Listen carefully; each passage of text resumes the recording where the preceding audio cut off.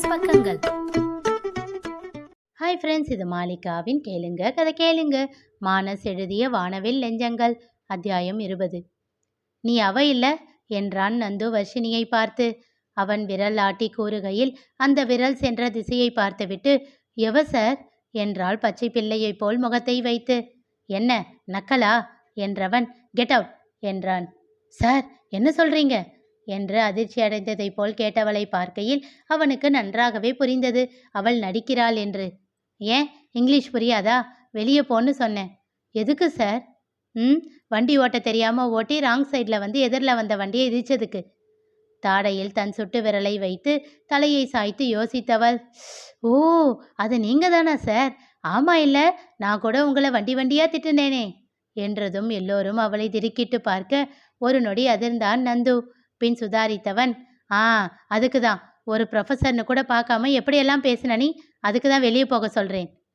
ச்சே, எந்த பாலை போட்டாலும் சிக்ஸர் அடிக்கிறாரே, என்ன பண்ணுறது என்று தனக்குள் சொல்லி கொண்டவள், சார் அன்னைக்கு நீங்கள் ப்ரொஃபஸர்னு தெரியாது சார், அதனால தான் அப்படி பேசினேன். எதுவாக இருந்தா என்ன, ஒரு படிக்கிற பொண்ணு அப்படியா பேட் வேர்ட்ஸ் யூஸ் பண்ணுவேன்? டோன்ட் வேஸ்ட் மை டைம், வெளியே போ என்று விட்டு புத்தகத்தை எடுத்து பாடம் நடத்த தொடங்கினான். அவனை உள்ளுக்குள் சில பல கெட்ட வார்த்தைகளால் திட்டிக்கொண்டே வெளியில் செல்ல முயன்றவளை மறுபடியும் நிறுத்தினான். ஏ பொண்ணு நில்லு. திரும்பி நின்று கையை கட்டி பவ்யமாக கூறினாள், வர்ஷினி சார். அடேங்கப்பா, என்ன ஒரு அடக்கம், எல்லாரும் கற்றுக்கோங்கப்பா என்று நக்கலாக கூறிவிட்டு, அதெல்லாம் இருக்கட்டும், நீ கிளாஸுக்கு வெளியவும் நிற்கக்கூடாது உள்ளேயே நிற்கக்கூடாது என்றான். அப்போ உட்காந்துக்குவா சார் என்றாள். அனைவரும் சிரித்துவிட பின் நந்துவின் பார்வையில் கப்பென்று கம் போட்டதை போல் வாயை மூடிக்கொண்டனர். சரியா வாசல்லையே நின்று நான் நடத்துறத கவனிக்கணும். நாளைக்கு நீ தான் செமினார் எடுக்க போற. மறுபடியும் பவ்யமாக சரி சார் என்றவள் தன்னிடத்திற்கு செல்ல முயன்றாள். எங்க போற? நோட்ஸ் எடுக்க பெண்ணும் நோட்டு எடுக்க போறேன் சார். அதெல்லாம் எடுக்கக்கூடாது, மைண்டில் மட்டும்தான் ரெஜிஸ்டர் பண்ணிக்கணும். சார் இதெல்லாம் அநியாயம். நான் சொல்றது எவ்வளவு அநியாயமாக இருந்தாலும் எனக்கு அதுதான் நியாயம். அப்போது அட்டெண்டன்ஸ் ரெஜிஸ்டர் வர வாங்கி அட்டெண்டன்ஸ் எடுக்க ஆரம்பித்தான். ஒவ்வொருவரின் பெயரையும் அழைத்து அவர்கள் முகத்தை கவனித்து கொண்டான். வர்ஷினியின் பெயர் வந்தபோது புருவம் சுருக்கி பார்த்தவன், ஓ உன் பேரு வேதவர்ஷினியா என்று விட்டு, பிரசன்ட் போடவா ஆப்சன்ட் போடவா என்று கேட்டான். மறுபடியும் கையை கட்டி பவ்யமாக, கொஞ்சம் பார்த்து பண்ணுங்க சார் என்றாள். அவள் கூறிய பாவனையில் அவனுக்கு சிரிப்பு வந்தது. ஆனாலும் வெளியே காட்டிக்கொள்ளாமல் அடக்கி கொண்டான். பாடம் நடத்துகையில் கால்வலியில் முன்னே பின்னே நகர்ந்து நின்றாள். அவளிடம் கத்தினான், உன்னை வெளியவும் நிற்கக்கூடாதுன்னு சொன்னேன், உள்ளேயும் கால் வைக்கக்கூடாதுன்னு சொன்னேன். ஓகே சார் என்றவள் சரியாக நின்று கொண்டாள். மறுபடியும் அவள் நகர, வேதா என்று அதட்டினான். அதை கேட்டதும் ஓரிரண்டு சிரிப்பு சத்தம் கேட்கவும் திரும்பி, என்ன என்று கேட்டான். சார் அவளுக்கு வேதான்னு கூப்பிட்டா பிடிக்காது சார். ஏன் என்றான் வர்ஷினியை பார்த்து. அது எங்க பாட்டி பேரு சார் என்றாள். அவளை மேலிருந்து கீழ் வரை ஒரு பார்வை பார்த்தவன், கரெக்டாக தான் வச்சிருக்காங்க என்று விட்டு, உனக்கு பிடிக்காதுன்னா இனிமேல் நான் அந்த பேரில் தான் கூப்பிட போறேன். சார் சார் என்றாள் கெஞ்சும் பாவனையில். ஷட்டப் வேதா என்று விட்டு பாடத்தை தொடர்ந்தான். வகுப்பு முடிந்ததும் வெளியில் வந்தவன் புத்தகத்தை கொண்டு அவள் பின்னந்தலையில் தட்டி, உள்ள போவாயாடி என்று விட்டு சென்று விட்டான். உள்ளே வந்தவள் பத்திரகாளியாக மாறியிருந்தாள். ஒருவன் வேண்டும் என்றே வேதா என்று அவளை அழைத்து விட்டு சிரிக்க, செருப்பால் அடிப்பேண்டா அப்படி கூப்பிட்டனா என்றாள். இப்போ சாருந்தான் கூப்பிட்டாரு, அவர்கிட்ட உன் வாய் எங்க போச்சு என்றான் இன்னொருவன். வேணாண்டா, நான் ஏற்கனவே கடுப்புல இருக்கேன், என்ன கொலகாரியா மாத்திராதீங்க என்று சொல்லிவிட்டு தன் பெஞ்சிற்கு சென்றாள். கவியின் மடியில் தலை வைத்து படுத்தவள் நிஷாவின் மேல் தன் காலை நீட்டினாள். மரியாதையை அழித்து விடுடி. ஆமா, இந்த சத்தமெல்லாம் இவ்வளவு நேரம் எங்க போச்சு என்றாள் தீபா நக்கலாக.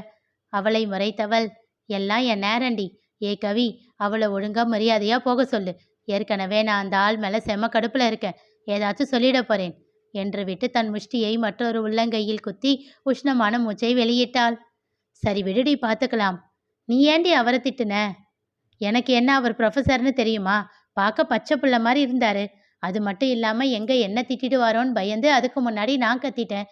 இப்போதானே தெரியுது அது எனக்கு நானே வச்சுக்கிட்ட ஆப்புன்னு. ஆனாலும் அந்த ஆள் மட்டும் என் கையில் ஒரு நாள் வகையாக மாட்டட்டும், சாத்துக்குடியை புழியிற மாதிரி பிழிஞ்சு ஜூஸ் போடுறனா இல்லையான்னு பார். கையில் ஆக்ஷனோடு சொல்லி கொண்டிருந்த அவளின் சைகை அப்படியே நின்றது. விழிகள் தெரித்து விடும் அளவிற்கு பயந்தவள் அப்படியே சத்தமில்லாமல் எழுந்து நின்றாள். எதிரில் நந்தகுமரன் கைகளை கட்டி அவளையே பார்த்தவாறு நின்றிருந்தான். அட்டெண்டன்ஸ் எடுத்தவன் பேனாவை மறந்து டேபிளிலேயே வைத்துவிட்டு சென்று விட்டான். மீண்டும் அதனை எடுக்க வந்தவன் அவள் போட்டுக்கொண்டிருந்த ஜூஸை கேட்டுவிட்டான். நெற்றிக்கண் மட்டும் இருப்பின் அவளை அப்படியே பொசுக்கியிருப்பானோ என்னவோ. அப்படி ஒரு பார்வையில் உள்ளுக்குள் நடுங்கித்தான் போனாள் வர்ஷினி. சார் மென்று விழுங்கினாள். அதே உஷ்ண பார்வையோடு எதுவும் சொல்லாமல் சென்று விட்டான். தலையில் கை வைத்து அமர்ந்து விட்டாள் வர்ஷினி. ஏ வர்ஷினி, உனக்கு நாக்குல தாண்டி சனி என்று சுட்டு விரல் கொண்டு தன்னை தானே சுட்டி காட்டி கூறினாள். தீபாவோ விழுந்து விழுந்து சிரித்து கொண்டிருந்தாள். என்னென்ன ஆட்டையெல்லாம் போட்ட நீ, இனி உன்னோட ஆட்டமெல்லாம் க்ளோஸ். கடவுள் வச்சாரில்ல உனக்கு ஆப்பு என்றாள்.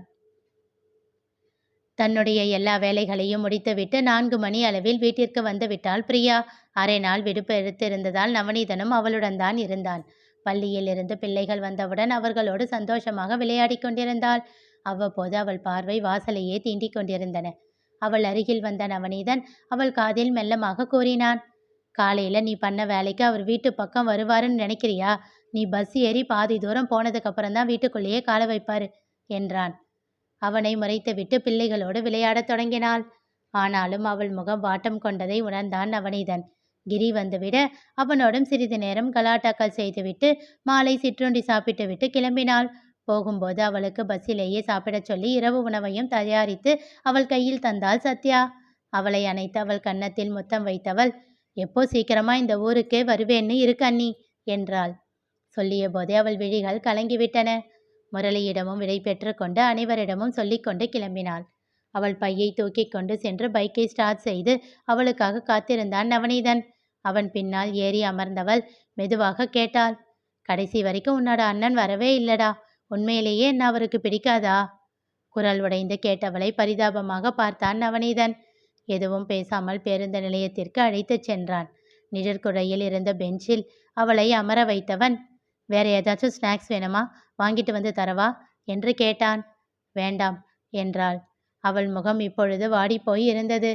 அவள் அருகில் அமர்ந்தவன் மெதுவாக அவள் கையை எடுத்து தன் கைகளுக்குள் அடக்கினான். பிரியா, சொல்றேன்னு தப்பா நினைக்காத. ரொம்ப ஆசையை வளர்த்துக்காதடி. ஏன் சொல்றேன்னா, உனக்கே நந்து அண்ணனை பத்தி தெரியும்ல. அந்த லக்ஷ்மணன் மாதிரி முரளி அண்ணன் போட்ட கோட்டை தாண்டாதவர் அவரு. உனக்கு ஓகே சொல்லுவாருன்னு எப்படி எதிர்பார்க்குற? அவன் கேட்டதும் அவள் விழியில் இருந்து 2 சொட்டு கண்ணீர் வெளியில் வந்து விழுந்தது.